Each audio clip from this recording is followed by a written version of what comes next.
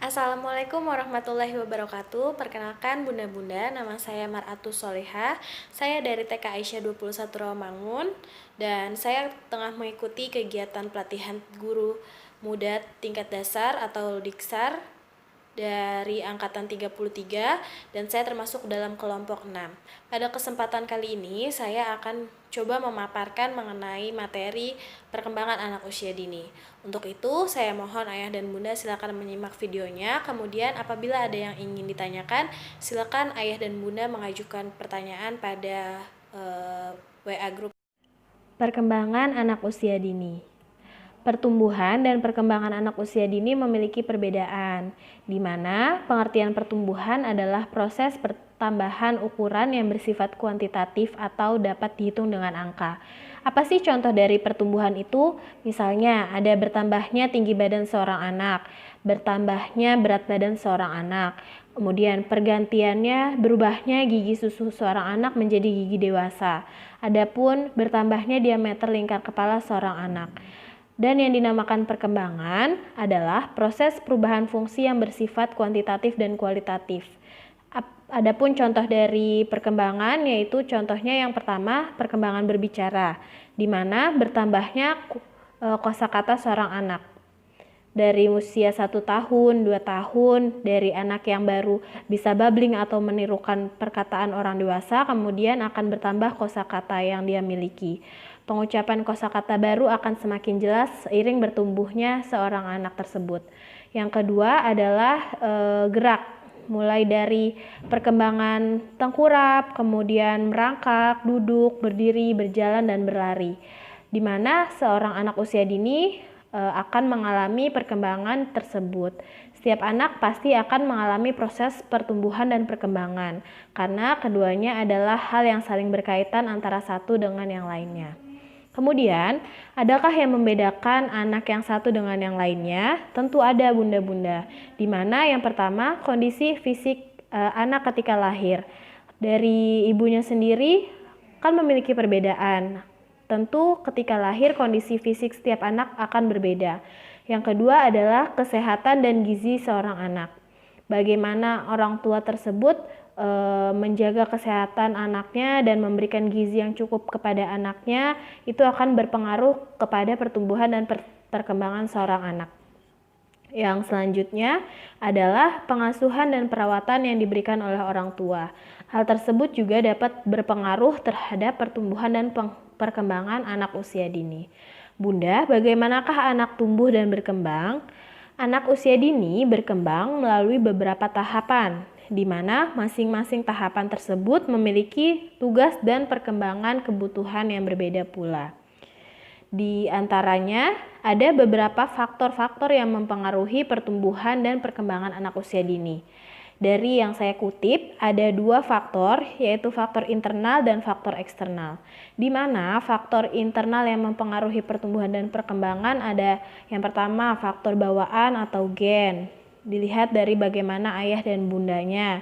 Kemudian kondisi ibu selama mengandung atau selama hamil. Apakah ibu tersebut makan makanan bergizi atau gizinya terpenuhi dengan cukup, seperti itu. Yang ketiga, faktor proses kelahiran.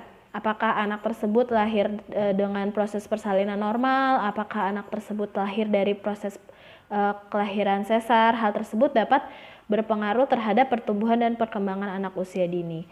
Kemudian faktor pasca kelahiran dan faktor asupan kecukupan gizi. Anak yang kurang gizi akan mengalami stunting atau asupan kecukupan gizinya itu kurang. Selanjutnya ada faktor eksternal atau faktor dari luar diri seorang anak tersebut. Faktor yang mempengaruhi dari eksternal ada yang pertama, pola pengasuhan dalam keluarga dan budaya setempat, di mana anak tersebut tinggal atau bertempat tinggal di lingkungan yang seperti apa, itu akan berpengaruh terhadap pertumbuhan dan perkembangannya. Selanjutnya adalah peran gender. Peran gender juga dapat berpengaruh terhadap pertumbuhan dan perkembangan seorang anak usia dini. Yang selanjutnya, 1000 hari pertama kehidupan atau HPK. Ayah dan bunda, apakah ayah dan bunda mengetahui bahwa 1000 hari pertama kehidupan seorang anak itu sangat berpengaruh terhadap pertumbuhan dan perkembangannya? 1000 hari pertama kehidupan anak itu terbagi menjadi 3 fase penting, di mana fase penting pada 1000 hari pertama terbagi menjadi 270 hari selama masa kehamilan atau saat ibu mengandung, 730 hari setelah anak lahir ke dunia atau 0 sampai 2 tahun. 1000 hari pertama nih ayah bunda merupakan periode kritis tumbuh kembang anak yang akan mempengaruhi kualitas kesehatan seumur hidupnya. Jadi bagaimana orang tua memberikan gizi yang cukup, perawatan yang cukup kepada anak pada 1000 hari pertama itu akan berpengaruh terhadap kesehatan dan pertumbuhan seorang anak usia dini. Apabila pada 1000 hari kehidupan anak berjalan dengan baik, maka ketika dewasa nanti kualitas kesehatannya akan baik juga. Seperti itu. Kemudian, dalam 1000 hari pertama kehidupan anak diperlukan gizi yang tepat dengan jumlah yang seimbang agar 1000 hari tersebut kehidupan anak dapat berjalan dengan baik.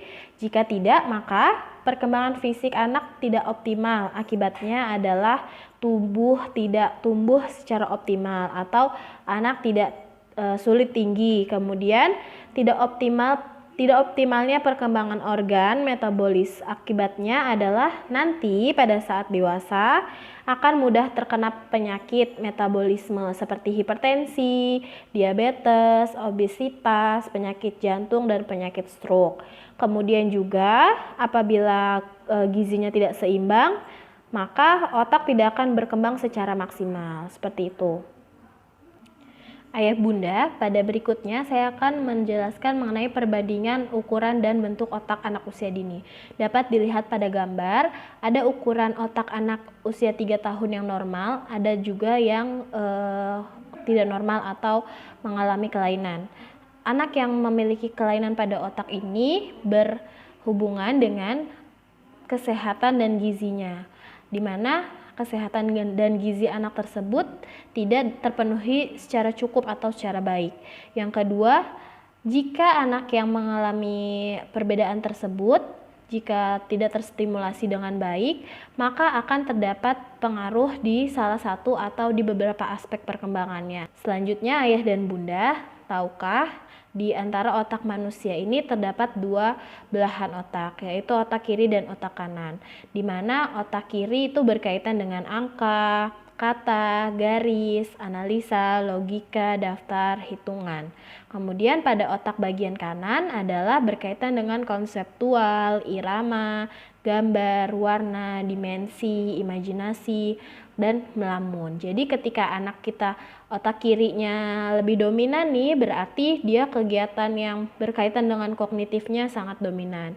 Ketika otak kanan yang lebih dominan, berarti dia lebih menyenangi kegiatan yang berbau seni, seperti itu.